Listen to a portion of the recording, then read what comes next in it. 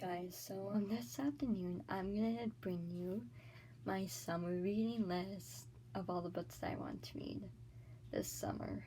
And without further ado, let's get into the video. Now, I have two books that I absolutely love that I got 2 years ago that I have to read every single summer.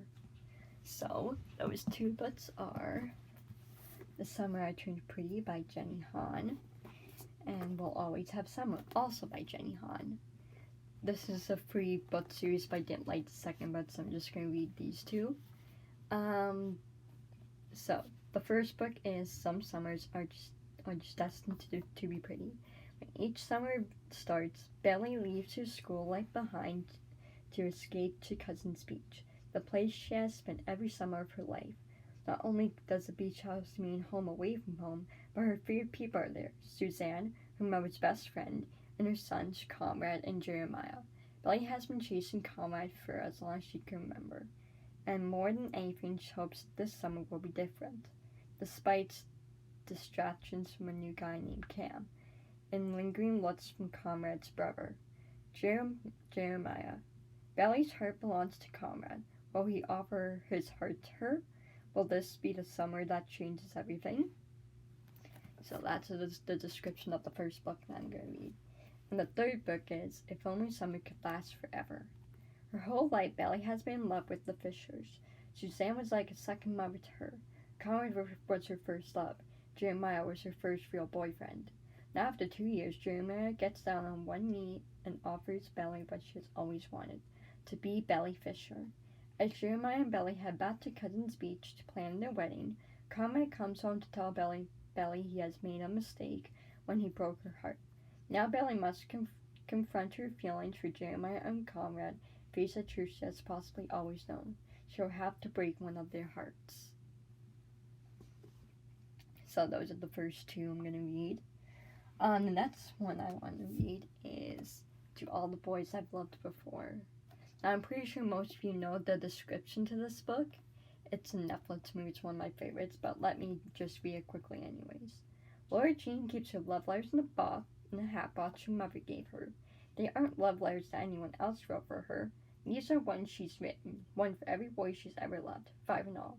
When she writes, she pours out her heart, soul, and says all the things she would never say in real life, because her letters are for her eyes only. Until the day her secret letters are mailed, suddenly Laura Jean's love life goes from imaginary to out of control.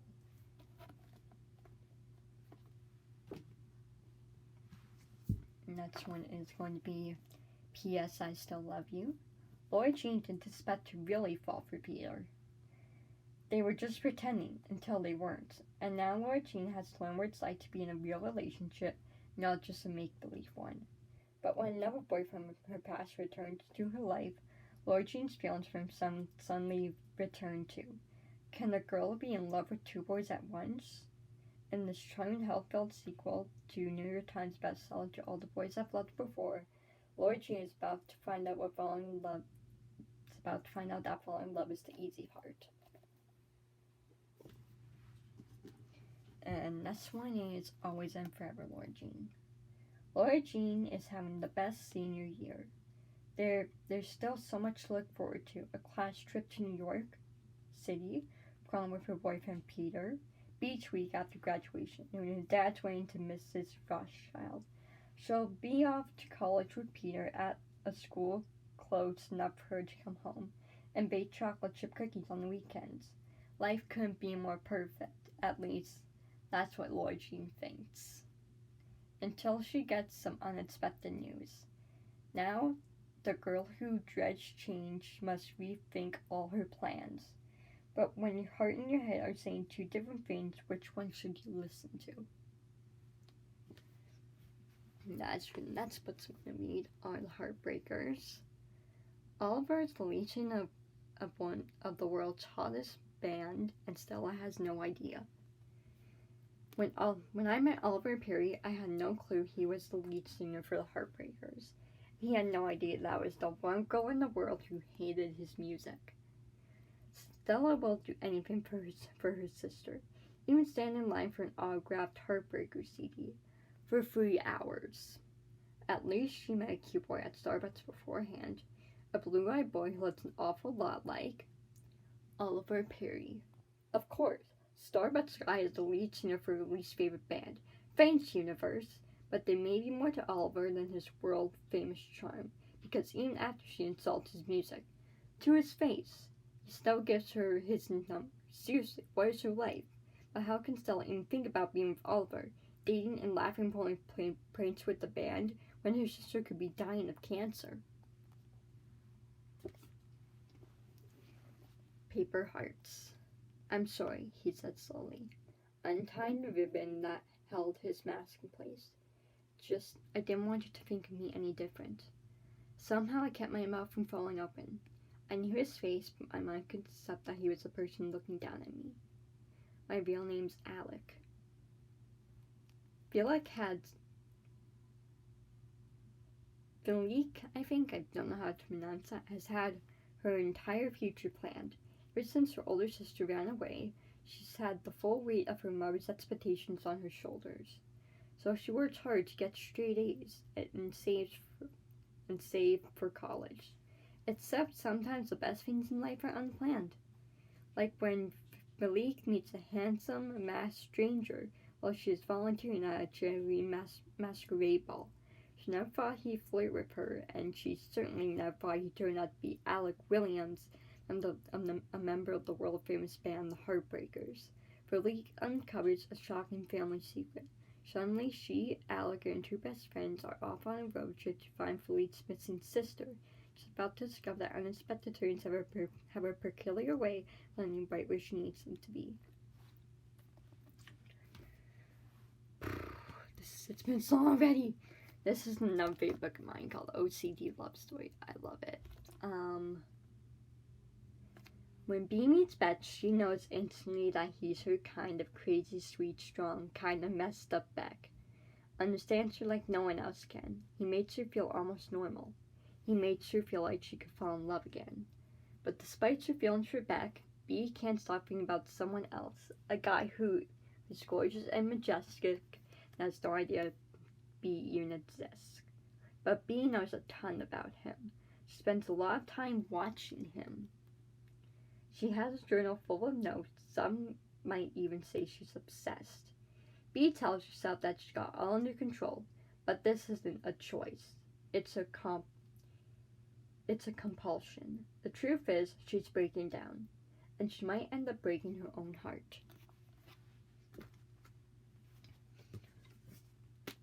Love, Life, and the List by Casey West. 17-year-old Abby Turner's summer isn't going the way she planned. She has a not-so-secret but definitely unrequited crush on her best friend Cooper. She hasn't been able to manage her mother's growing issues with anxiety, and now she's being rejected from an art show because her work has no heart. So when she gets another opportunity to show her paintings, Abby isn't going to take any chances, which is where the list comes in. Abby gives herself 1 month to 10 things, ranging from facing a fear, to learn a stranger's story, to fall in love. She knows that if she can complete the list, she'll become the kind of artist she's always dreamed of being. But as the deadline approaches, Abby realizes that getting through the list isn't as straightforward as it seems, and that maybe, just maybe, she can't change her art if she isn't first willing to change her heart.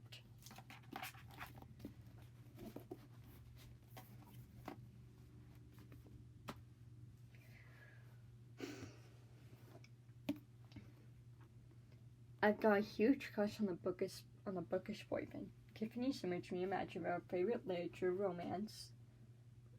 Hello, Darius had me both swoon and laughing and wishing to be written. Boys are so much better than butts, at least according to Merle Campbell, 15, who thinks real life classry is dead, and there's nothing more romantic than having the guys woo over her like the heroes in classic stories. Then she, her best friend Eliza, and her younger sister Roxy transferred to Ringland H. Hero Prep, where all the boys look like they stepped up out of the pages of a romance novel. Mira can hardly walk across the quarter without running into someone who reminds you of Romeo. When brewing complication Ramo Stanford's scales Mary's trail in an effort to make her his, she thinks she might be Juliet incarnated. But as she works her way through her literature circumstances under the guidance of an engineer teacher, Mira's tale begins to unfold in ways she couldn't even imagine. Mira soon realizes that she is the one that can change her story, and it is a truth universally acknowledged that the first impressions can be deceiving.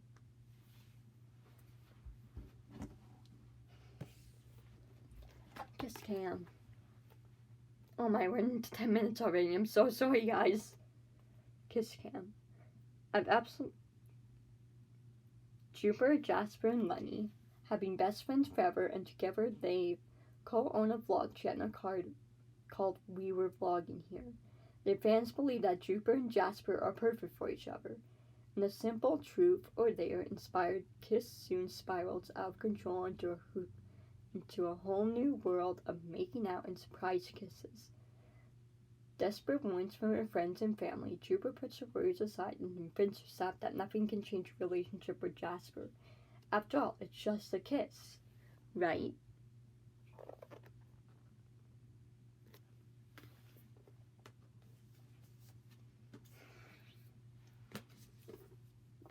Mistress of All Evil. The tale is told as if it's happening once upon a dream. The lovely maiden meets her handsome prince.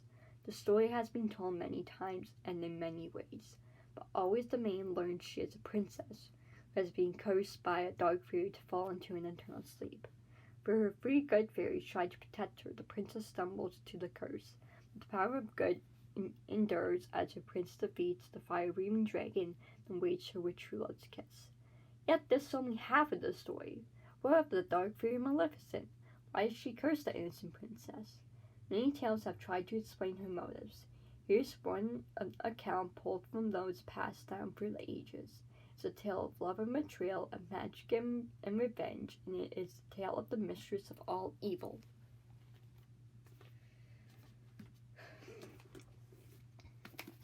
"5 feet apart."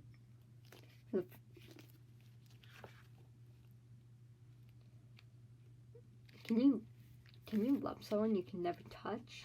Stella Grant likes to be in control, even though her totally out of control lungs have sent her in and out of hospital most of her life. At this point, what Stella needs to control most is her distance from anyone or anything that might pass on infectious and jeopardizing the possibility of a lung transplant.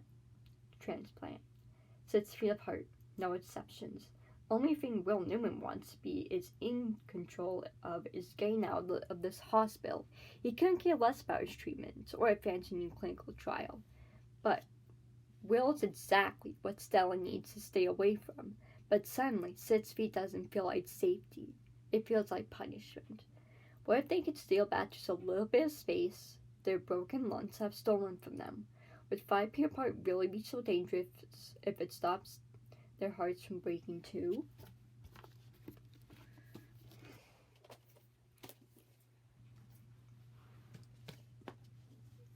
Starry Eyes. The woods, the stars, and the boy who broke her heart. Ever since last year's homecoming dance, best friend turned enemies, Selena and Lemon have made an art of avoiding each other. It doesn't hurt that their families are the modern-day California version of the Montgomerys and the Capulets. When a group camping trip goes south, Celine and Lemon find themselves stranded in the wilderness, alone, together. What could go wrong? With no one but each other for company, they have no choice but to hash out their issues via rage jabs and insults as they try to make their way to safety. But fighting each other while also fighting off the forces of nature makes getting out of the woods in one piece less and less likely. As the troop traveled deeper into nothingness, California's rugged backcountry secrets and hidden surfaces. But can Zola and Lemon's rekindle connection survive out in the real world? Or was it just a result of a fresh forest air and the magic of the twinkling stars?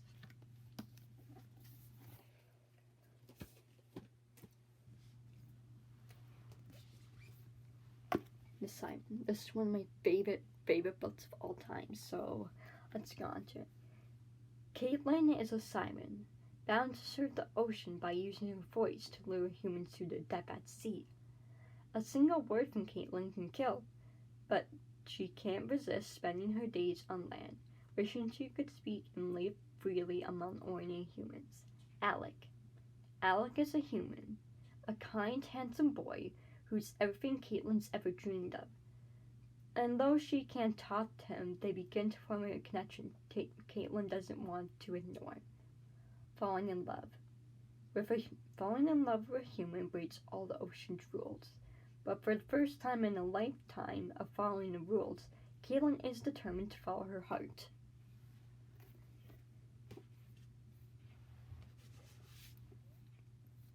Al's Pretty Little Lies. The lie that started it all. Before there was A, there was Alison de Laurentiis. Boys wanted to date her, and girls wanted to be her, and somebody wanted her dead. It's the end of 7th grade, and Alison de Laurentiis and her friends are the girls of Rosewood Day. Al lands her cleat with an iron fish. She's got enough dirt on Hannah, Emily, Aria, and Spencer to keep them in line, but Al's hiding a dark secret of her own. Something so huge it would destroy everything if it ever got out. She's desperate to keep the perfect life she's worked so hard to build. From Rosewood, deadly secrets have deadly consequences.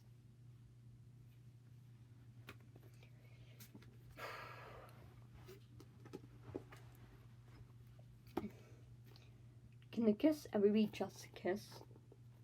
17-year-old Zane Mirela is over relationships. After getting cheated on by the only guy she's ever loved and watching her parents' marriage crumble, she decides to turn the tables and go after what she wants.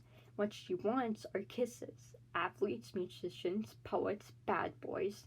Their lips are all on her agenda, and it's time to collect. Sarah poses a contest with her friends to see who can kiss the most boys during spring break. But what starts as a harmless competition leads to a downward spiral of drama. Zane is forced to face the reasons behind her boy's angst and starts to wonder if maybe she was wrong about the male race, or at least some of them. And I have one more book. Sorry about this, guys. It's getting really long. I didn't know it would be this long. The Perfectionist. 5 girls, 1 perfect murder. In Beacon Heights, Washington, 5 high school seniors know that you don't have to be good to be perfect. Mackenzie, Ava, Carlin, Julius, and Parker are all driven to be perfect, no matter the cost. At first, these 5 girls think they have nothing in common, until they discover they all hate the same person, rich and entitled Nolan, who's done terrible things to each of them. They come up with the perfect plan to murder Nolan. A hypocritical murder, of course. It's all wishful thinking. Till they awake one morning to find that their wish came true. Nolan was killed in exactly the way they planned. The thing is, they didn't do it, so who did? Suddenly, the girls are prime suspects in the murder, and they need to find real killer before their perfect lives are ended, for good. Now, let's count those butts. 1,